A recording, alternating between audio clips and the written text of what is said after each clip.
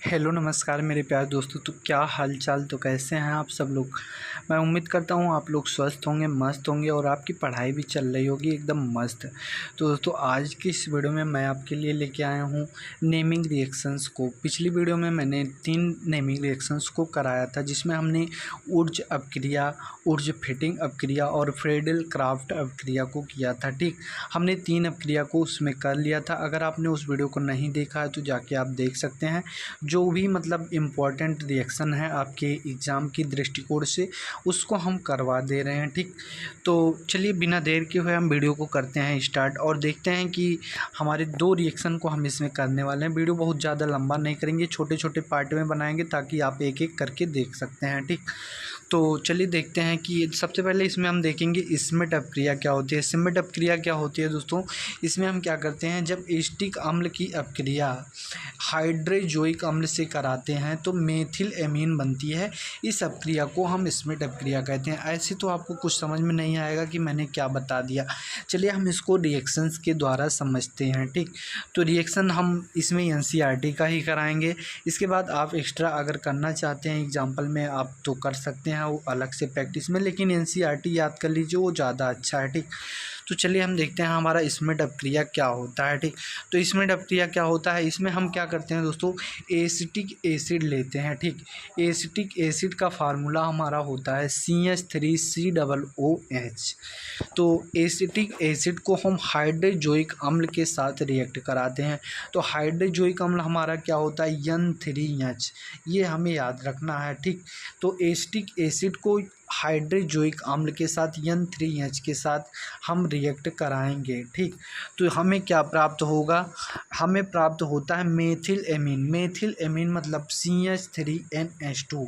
साथ में क्या होता है, CO2 गैस भी बाई प्रोडक्ट के रूप में निकलती है और नाइट्रोजन गैस भी निकलती है। ठीक, तो इस रिएक्शन को आप कैसे समझेंगे, जैसे CH3COOH था। ठीक, तो यहाँ पे N3H जो है, N3H को आप NH2 प्लस H प्लस में तोड़ देंगे। ठीक, तो NH2 प्लस N3H प्लस में तोड़ देंगे और इसके बाद जो हमारा CH3COOH है, इसको भी हम तोड़ देते हैं। ठीक, तो इसके बाद हम देखते हैं, इसको हम तोड़ देते हैं क्या, इसको हम तोड़ देंगे CH3 में तोड़ देंगे और ये प्लस में COOH माइनस में इधर तोड़ दिया हमने। ठीक, इधर हमने तोड़ दिया।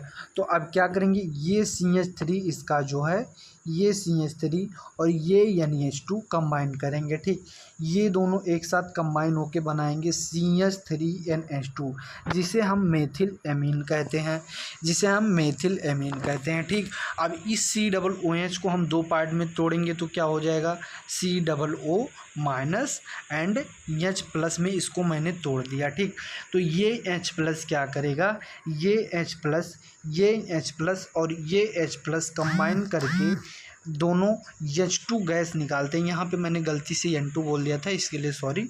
यहाँ पे H2 गैस निकल जाती है। ठीक, हमारी H2 गैस निकल जाती है, वो लिखने में थोड़ा मिस्टेक हो गया, सही से बना नहीं है। तो H प्लस मिलके दोनों कंबाइन करेंगे तो H2 मॉलिक्यूल जो होता है, H2 गैस हमारा निकल जाता है और ये CO जो होता है, ये CO2 बना के ये CO2 भी गैस के रूप में निकल जाती है। अब इस रिएक्शन को चलिए हम उसमें समझाते हैं जो लिखा हुआ है। ठीक, तो हमने यही लिखा है कि स्मिट अपक्रिया में जब एसिटिक अम्ल की क्रिया हाइड्रोजोइक अम्ल से कराते हैं तो मेथिल एमीन बनती है। इस अपक्रिया को स्मिट अपक्रिया कहते हैं। CH3COOH हमने एसिटिक एसिड ले लिया, हाइड्रोजोइक अम्ल हमने N3H ले लिया। ठीक, तो इसका जो NH2 पार्ट होगा वो जुड़ जाएगा CH3 से, ये CH3NH2 मतलब मेथिल एमीन बना लेगा। CO2 गैस हमारी बाहर हो जाएगी, इसी के साथ साथ H2 गैस भी बाहर हो हो जाएगी, यहाँ पे H2 गैस होगा, ये चीज़ आप नोट कर लीजिएगा, ठीक। इसके बाद हम नेक्स्ट रिएक्शन देखते हैं दोस्तों। नेक्स्ट रिएक्शन हमारा है भाइयों राइमर टीमन अपक्रिया, ठीक। राइमर टीमन रिएक्शन जो है इसको हम देखते हैं क्या होता है। राइमर टीमन रिएक्शन में होता है जब फिनाल में क्लोरोफॉर्म मिलाकर NaOH के साथ लगभग 333 केल्विन पर गर्म करते हैं तो सेल्सियल्डिहाइड बनता है। इसे राइमर टीमन अपक्रिया कहते हैं। ये पोथा तो मुझे समझ में नहीं आ रहा है क्या कह रहा है, चलिए हम इसको रिएक्शन के माध्यम से समझते हैं कि क्या होता है, ठीक। तो रिएक्शन में हमारा क्या दिया है, देखिए यहाँ पे हमने लिया है फिनाल, ठीक। फिनाल को हमने लिया है, फिनाल को हम क्लोरोफॉर्म का फार्मूला होता है CHCl3। ये बच्चे बार बार भूल जाते हैं, तो CHCl3 क्लोरोफॉर्म होता है, ये चीज़ आप याद रखना, ठीक। तो फिनाल को हम क्लोरोफॉर्म के साथ NaOH मतलब जलीय, यहाँ पे हमने क्या लिया है, क्लोरोफॉर्म के साथ हम क्षार के साथ रिएक्ट करवाते हैं, ठीक। NaOH के साथ रिएक्ट करवाते हैं, ठीक। तो NaOH के साथ जब हम गर्म करते हैं, यहाँ पे डेल्टा का चिन्ह दिया है, तो इसका मतलब टेम्परेचर हम दे रहे हैं, इसको गर्म कर रहे हैं, ठीक। तो हम जब फिनाल को क्लोरोफॉर्म के साथ NaOH के साथ गर्म कर रहे हैं, ठीक, फिनाल में क्लोरोफॉर्म मिलाकर NaOH के साथ गर्म कर रहे हैं लगभग 333 केल्विन पर, लगभग 333 केल्विन पर, ये आपको ऐसे याद रखना है।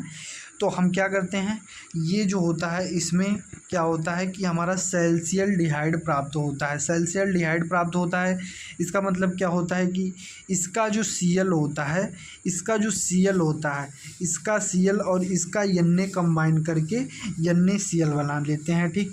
NaCl बना लेते हैं और इसमें जो OH होता है ये H2O में कन्वर्ट हो जाता है और यहाँ से CH जो होता है यहाँ से ऑक्सीजन लेके एल्डिहाइड ग्रुप जाके बेंजीन की रिंग पर जुड़ जाता है। ये डबल स्टेप रिएक्शन है, इसको हम दिखाएं तो अगर 2 स्टेप में दिखाना चाहें तो आपको समझाएंगे फिर, तो ये बहुत डिटेल में हो जाएगा। आपको एग्ज़ाम में लिखना है, समय बचाना है, नंबर भी कमाना है, तो इसलिए आपको हम शार्ट में करवा रहे हैं कि इस तरह से आप शार्ट में कर सकते हैं।